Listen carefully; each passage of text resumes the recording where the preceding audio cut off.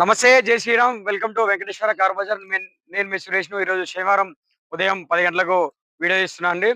సరే ఈరోజు మీ ముందుకు Maruti Vitara Brezza 19 model optional vehicle అండి. 2 ఎయిర్ బ్యాగ్స్ వస్తాయండి. డీజిల్ వెహికల్ అండి.